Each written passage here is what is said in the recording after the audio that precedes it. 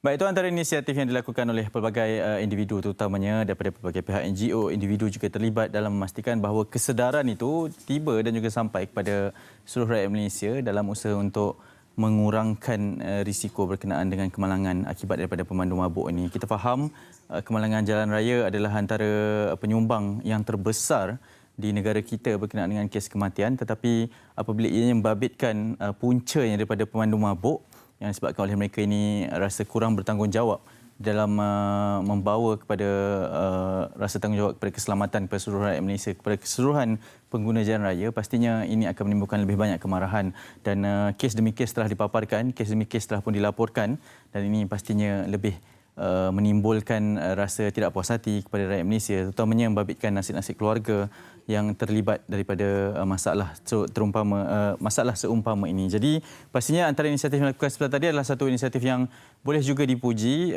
yang pastinya memberi kepada satu penyelesaian yang beranilah berjumpa dengan mereka yang berada ataupun pergi ke tempat-tempat hiburan sebegitu untuk memastikan bahawa mereka ini mempunyai kesedaran supaya tidak memandu di dalam keadaan mabuk. Jadi untuk berada dalam pemahaman dan juga perbincangan yang lebih jelas, kita ingin bawakan tentang bagaimana kaedah ataupun tindak balas badan kita dari sudut fisiologi apabila kita mengambil minuman keras, minuman beralkohol ini tanpa kawalan. Untuk itu kita bersama dengan Dr. Norli Abdul Jabbar di talian video pada ketika ini, pakar perubatan kesihatan awam bahagian kawalan penyakit Kementerian Kesihatan Malaysia bersama dengan saya. Assalamualaikum, selamat pagi.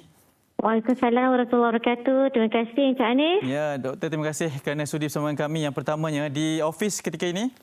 Ya, saya. Ya, Doktor, yang pertamanya mungkin untuk pemahaman lebih jelas, apa sebenarnya reaksi tindak badan kita ketika mengambil minuman beralkohol ini tanpa kawalan ataupun melebihi daripada had yang ditetapkan? Okey, terima kasih Encik Hanif. Pertamanya saya nak ucapkan salam Syawal yang ke-17 pada hari ini dan juga salam PKPB bersyarat hari terakhir. Betul. Dan insya-Allah kita akan bertemu dengan PKPP esok Ya. Okey, sehingga 31 Ogos ni lah. Okey, pertama-tamanya saya ingin memberi penerangan sikit tentang minuman beralkohol di bawah Akta Makanan 1983. Dikatakan minuman beralkohol atau dalam bahasa kita seharian adalah arak yang mengandungi etanol sejenis zada melebihi 2% ataupun 2 isi padu ke isi padu lah. Ini termasuklah jenis minuman seperti bir, stout, lager dan dalam kandungan alkohol yang sederhana tinggi seperti wine, toddy. Di Sabah Sarawak kita ada Baha, jenis-jenis tradisional minuman tradisional alkohol di sana dan juga yang tinggi seperti wine seperti gin, vodka, spirit dan juga liquor. Yang lebih dari 30%. Dan untuk makluman Cik Hanif dan juga penonton MHI, minuman beralkohol ini dia adalah sejenis dadah. Dadah yang boleh didapati dengan senang sekali. Okey. Dadah yang halal untuk dipasarkan. Ya. Dia halal untuk haram untuk diminum lah, terutama untuk orang yang beragama Islam. Betul. Ya, it is a total prohibition. Tapi dan apabila kita kata dadah, apa jenis dadah sebenarnya?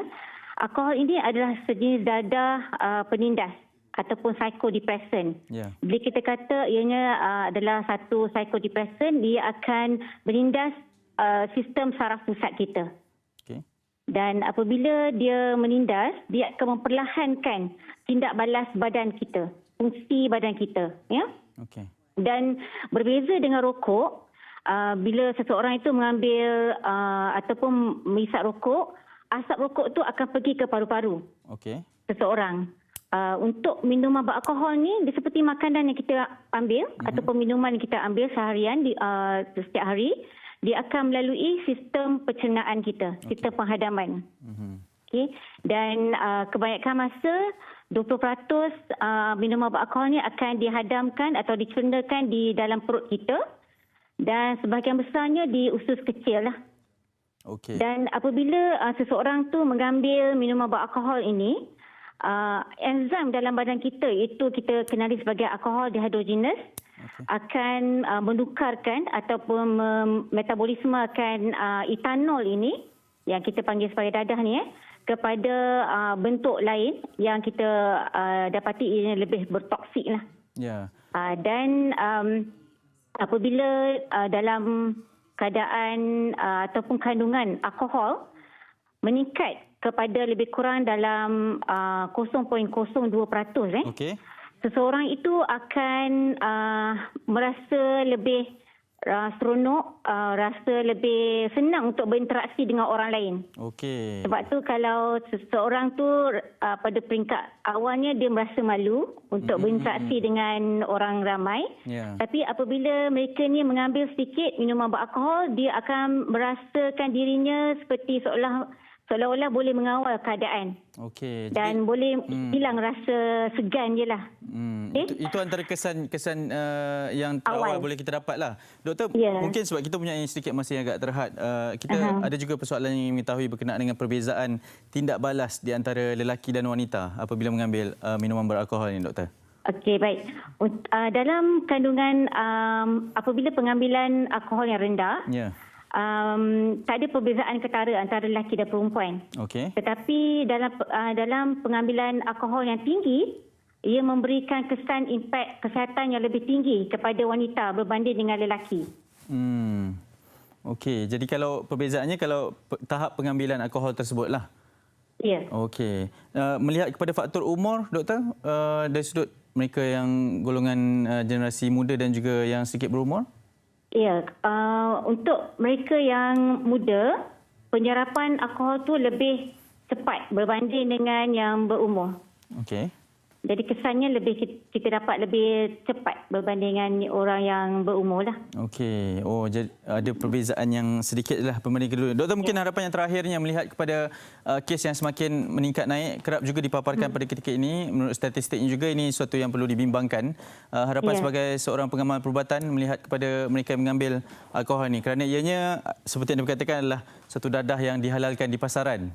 Jadi harapan doktor dan nasihat sikit kepada mereka ini. Okey, baik. Bagi saya dan juga Kementerian Kesihatan Malaysia lah menasihatkan kita mengamalkan gaya hidup sihat. Sihat tanpa alkohol. Okey, baik. Dan jauhilah dadah, apa bentuk dadah pun sekalipun. Sebab kita tak tahu di mana masa yang kita akan mengalami kesan-kesan kesihatan, kesan-kesan sosial seperti kecederaan, juga keganasan, pergaduhan, dan juga masalah kewangan dan juga masalah mental seperti kebergantungan dan juga boleh berakhir dengan kemurungan ataupun depression. Betul. Doktor, ini antara poin yang baik juga berkenaan dengan kesihatan mental tersebut, kerap juga dikaitkan dengan alkohol ini. Terima kasih banyak doktor kerana sudi bersama kami. Sama-sama. Selamat bekerja, selamat terus berjuang menjadi antara barisan hadapan kami di Kementerian Kesihatan Malaysia. Terima kasih kembali. Ya, Dr. Nurli Abdul Jabbar, pakar perubatan kesihatan awam bahagian kawalan penyakit Kementerian Kesihatan Malaysia, membincangkan mengenai tindak balas dari sudut refleks fisiologi daripada pengambilan alkohol yang berlebihan.